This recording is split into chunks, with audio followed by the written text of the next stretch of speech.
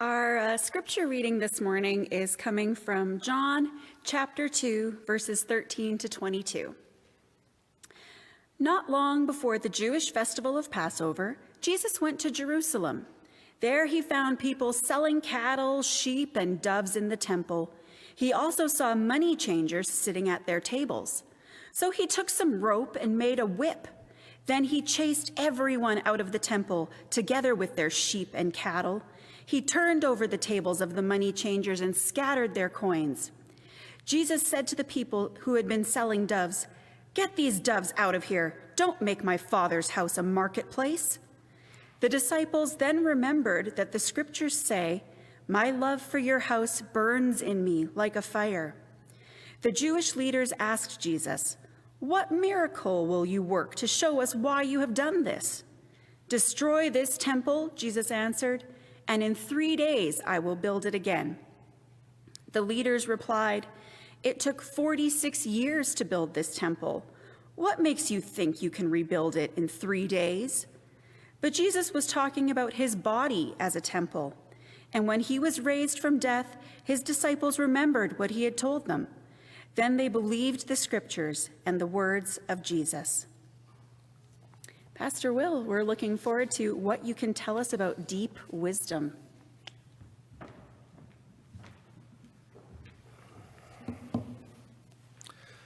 Thanks, Aaron. Wisdom is a difficult topic to address because it kind of makes everybody think, well, these better be wise words about wisdom, so I will do my best. We, as I was just mentioning in the prayer, have had the opportunity to participate in ritual lately. And rituals that we haven't been able to participate in the way that we want to, not just our church gatherings, but funerals are an important part of what we do as a worshiping community. We experience funerals differently. We gather to both mourn the loss of someone we care about, but also to rejoice that this person is in glory with God. But as much as we put work into them, as much as these are community events, they're sometimes a tough sell. If somebody's on the fence about whether or not to go to a funeral, there's a whole lot of reasons not to go. They can be uncomfortable places, dark places, sad places. And to show up to a conventional funeral, you're sometimes part of a crowd of hundreds, and to be able to get close to the family to say a word of encouragement is kind of a roll of the dice. You might not get a chance or not, and you might not have the words to say in those moments either.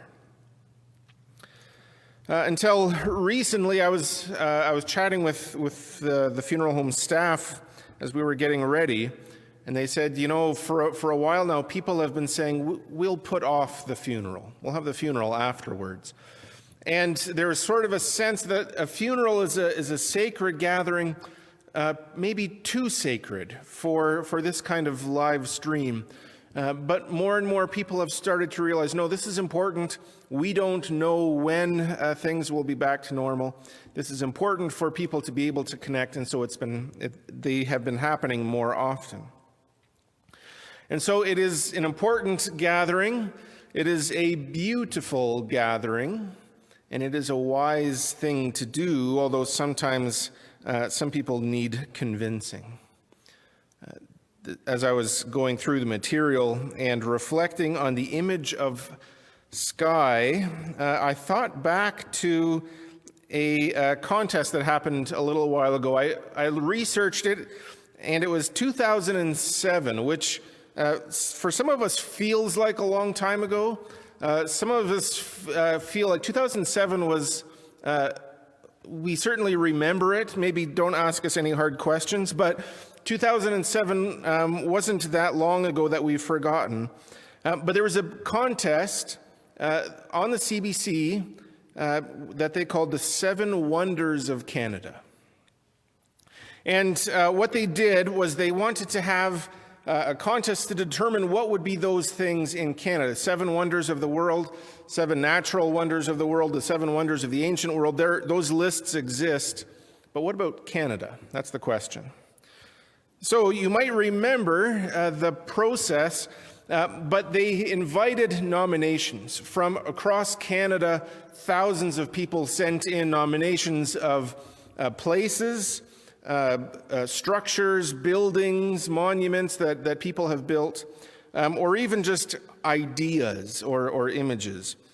And so those came in, they were gathered, kind of filtered, and then they came up with a short list of about 40 ideas, and they invited the country to vote on which would be the top 7.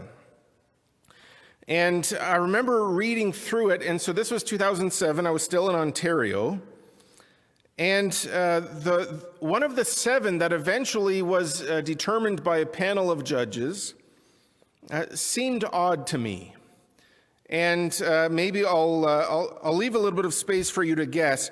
But I remember thinking it hardly counts. But and you'll have to forgive my ignorance. I remember thinking at the time, it sort of feels like they're just kind of just giving a nod to Saskatchewan, like they feel bad for Saskatchewan. Because on the list of 40 items, there's 40 items. 3 of them have a Saskatchewan connection, of the 40. And one of those is shared with Alberta, and one of them is shared with Alberta and Manitoba. So I'll let you think about which ones those were, those 3 Saskatchewan ones. The 7 winners, as determined by the panel of judges, and they were given some criteria, but it was sort of their own wisdom that they got to use. The 7 wonders of Canada were the canoe, the igloo, the Rocky Mountains, and this was an interesting one. On that list of 40, Banff, Lake Louise, Jasper, Waterton Lakes, they weren't on the list. It was just Rocky Mountains. So a little bit unfair, I think. But anyways, the canoe, the igloo, the Rocky Mountains, Niagara Falls, sort of an obvious inclusion there. Pier 21 in Halifax.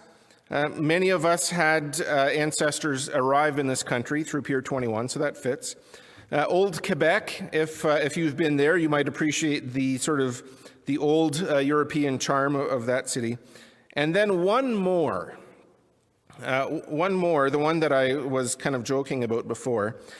So these are the 4 from Alberta, the Rocky Mountains, which I mentioned already. Drumheller, lots of people go there from time to time. The Vegreville egg. If you've ever driven through Alberta, Vegreville, Alberta, you might have seen the egg. That's apparently one of it was on the short list, the 40 Wonders of Canada. And the one shared between Alberta and Saskatchewan are the Cypress Hills. Now, you might think I'm being hard on Saskatchewan. Manitoba didn't really fare much better. The Grand Beach is one on the list, and I've heard good things about the Grand Beach. I've been to Manitoba many times.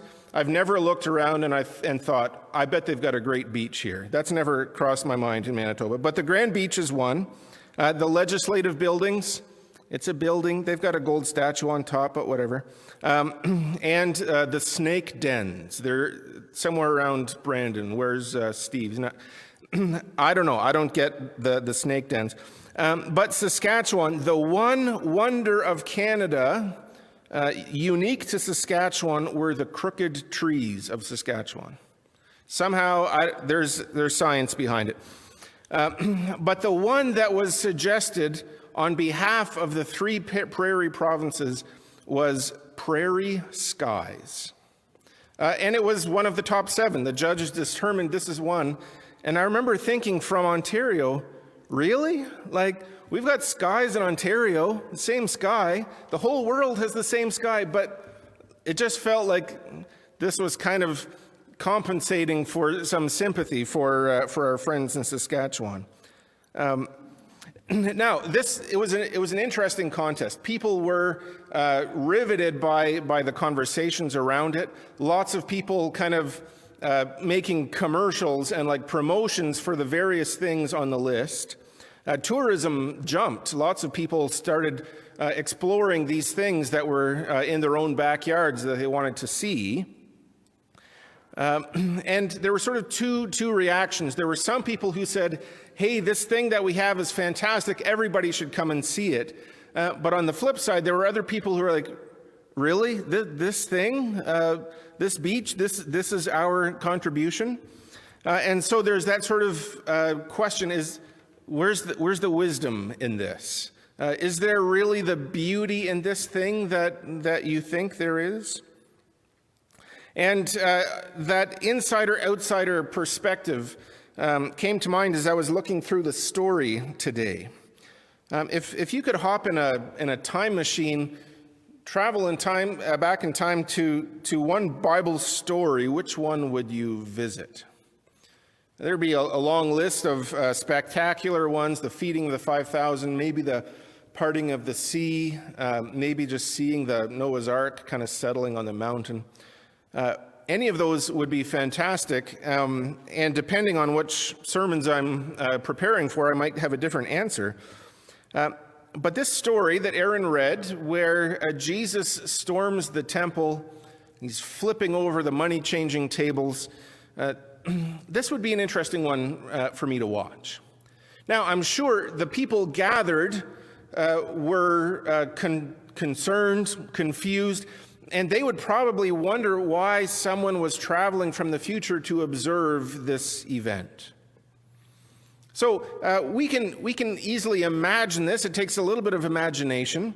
There's another story where Jesus is walking with his disciples, and the disciples look and they are amazed at the beauty of the buildings, of how well constructed it was, how nice the stones looked, stacked one on each other. And this happens to us when you walk downtown in places where there's big buildings. It can be awe-inspiring.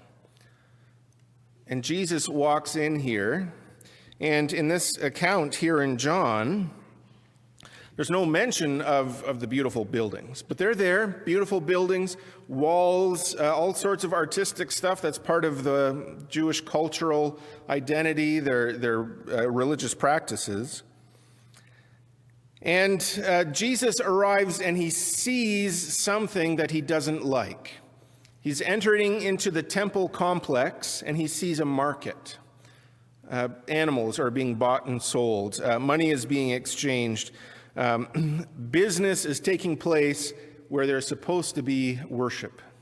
And not just worship, the temple complex was multi-tiered. The outside level was for the poor and for the outsiders. If you weren't Jewish ethnically or religiously, you could still come into the temple space and worship, but just in that outside area. But now there's a market there. People couldn't worship in that outside area because there was a market. And so what Jesus saw was outsiders being excluded. But also what was happening was that there were money-changing tables. So there was a market, and in the market you could buy and sell, but because it was still a temple property, you couldn't use heathen money. You couldn't use pagan money. The Roman coins that they would have been given to use had inscriptions acknowledging other gods, acknowledging that Caesar was Lord. This had to be printed on the money. It wasn't their choice. But in the temple square, you couldn't use pagan money. So you could change, there was a table, you could change your pagan money for holy money, and then buy and sell in the market with holy money. But holy money was a lot more expensive than pagan money. And so Jesus could see that people were being ripped off in the process. What Jesus saw offended his understanding of what the temple was supposed to be. So Jesus starts making a mess of everything. He's turning the tables over. He's knocking things down. He's twisted a whip out of cords that he's found. And we don't know what he's using the whip on, but he's causing chaos.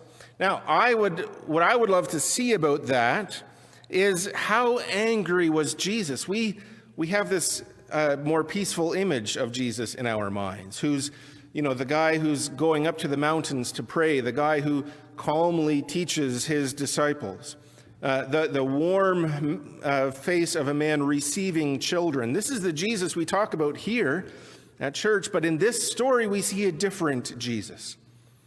Was he angry? Was he out of control angry like some of us get sometimes? Or was he measured and calm, just doing things to show that everything was wrong? And what did he do with a whip? Was he just whipping animals to release them? Was he whipping people? We don't know exactly. It'd be interesting to see. But just to see the chaos, I think would be really interesting. Imagine the scene. We've all been to markets, farmers markets, flea markets. People are just kind of pushing around to get through their markets, bargaining to get a better price. The noise of the animals, and then here's Jesus. He doesn't like what he sees. So the animals who are calmly standing around, they've now been released. The coins that were neatly organized and divided, they're now flying up in the air, crashing down, making the clinking, clanking sounds of coins on rocks. Birds that were in cages are now free. So, is this a beautiful scene? It probably depends on which eyes you're seeing it through. This would not have been a beautiful scene to the priests.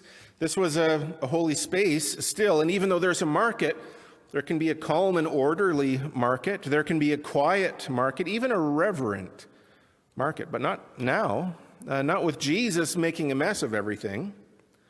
If you were a vendor, if you're buying and selling, it wasn't a beautiful scene. You sort of need order in order to have a sale. You can't make a profit if your animals are being scared away. You can't make a profit if nobody can buy the proper coins to buy from you. So the priests, the vendors, and probably even the other customers would have seen this as a very ugly event. But freedom is beautiful to some and ugly to others. So who was this beautiful for? Well, it would have been beautiful for the Gentiles who were trying to get in to find a quiet space to worship. It would have been a beautiful place, a beautiful sight for the poor who maybe could get in but couldn't worship. And now all of a sudden there's chaos. There's just coins all over the place. Who's going to notice if one gets picked up, one gets stuck in a pocket? That's a beautiful scene for someone who's poor. And of course, it's a beautiful scene for the doves. They had been caged and now they're free.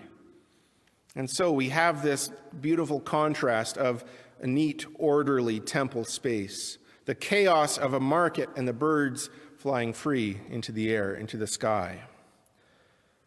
Freedom is beautiful for some, but ugly for others. Why? Well, for some of us, we depend on the captivity of others in order for our lives to happen the way that they are. That market took place in a space that required the oppression of the Gentiles.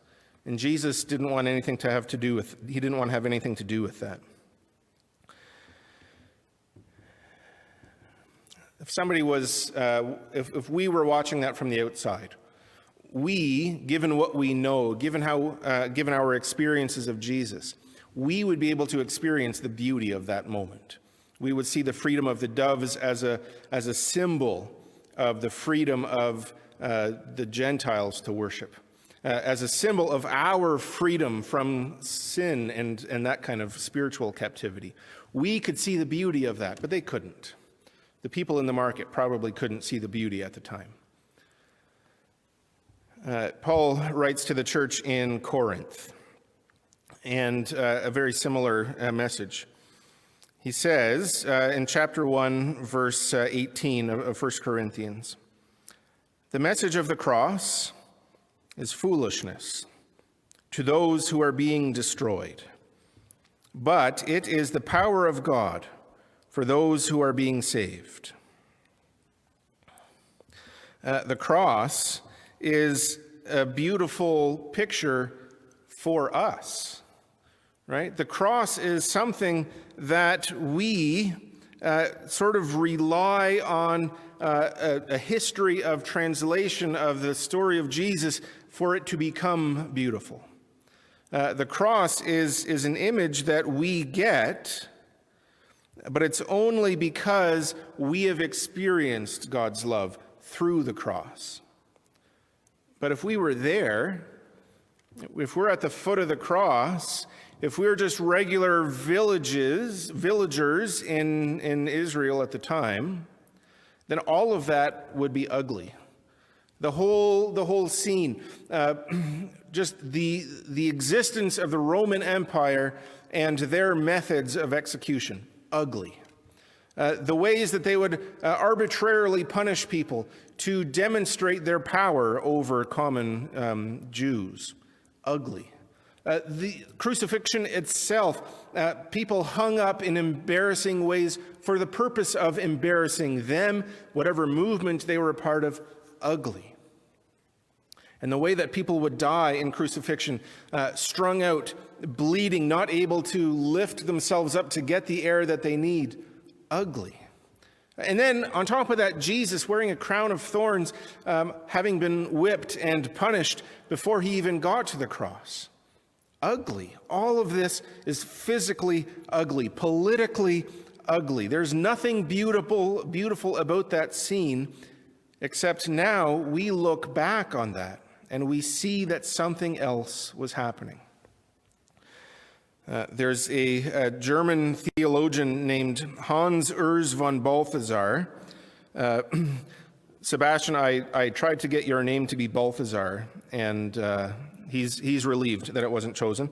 But Urs von Balthazar writes, disguised under the disfigurement of an ugly crucifixion and death, Christ upon the cross is paradoxically the clearest revelation of who God is. Some big fancy theological words here, but the crucifixion was ugly. All of the things about it are ugly. And yet, Jesus on that cross, his strength demonstrated in humility, his willingness to suffer for all of humanity publicly and for our benefit, transforms that ugliest of crucifixion, that ugliest of penalties, that ugliest of deaths, the ugliest of Roman power, transforms that into beauty. It transforms what was a way of embarrassing people into something that's beautiful now that we embrace it as a form of jewelry. We make gold crosses using the same symbol. How is that? Because Jesus made it beautiful. We would have found it ugly if we were there too. But it isn't just ugly in the moment. Jesus on the cross is the process of is the result of an ugly world. Is the result of ugly processes of strong dominating over the weak. The ugly process of rich dominating over poor, of insiders dominating over outsiders. All of that is ugly. Jesus steps into the world, he sees the ugliness of all of it, and he knocks it over to reveal the beauty of God's original intentions. The ugliness of the cross is paradoxically, a paradox is when you take two things that don't belong and you kind of contrast them against each other. When we see Jesus on the cross, we see weakness, we see vulnerability, we see self-sacrifice. That is the character of God. We don't see the character of God in the market that was happening inside of the temple. We don't see the character of God demonstrated best in the military conflicts that made some people heroes and some people victims within Jewish history. The clearest picture of God is here, revealed on the cross, who God is, who God was willing to be. and who Jesus, what role Jesus played and was willing to play in our lives. There's a human wisdom. Most of the time, human wisdom is us making decisions for the benefit of ourselves. That's human wisdom. And human wisdom is demonstrated in wealth. Human wisdom is demonstrated in power and reputation. But divine wisdom goes beyond that. Divine wisdom is Jesus coming to the earth, seeing all of the foolishness that we as human beings participate in so recklessly, so freely, and Jesus turning that over, revealing the ugliness of all of that, but taking it onto himself so that we can live in harmony with God. Deep wisdom often escapes us because we are so enamored in momentary human wisdom. So my prayer is this morning that in this story of Jesus turning over the tables, in our journey towards the cross in Lent, that we would set aside our own understandings of wisdom, our own understandings of beauty and greatness, and we would embrace the humility of the cross, and that we would see beauty in that ugly moment, but we would see wisdom, deep wisdom, and absorb that wisdom into our lives and demonstrate that in our interactions with other people. Amen.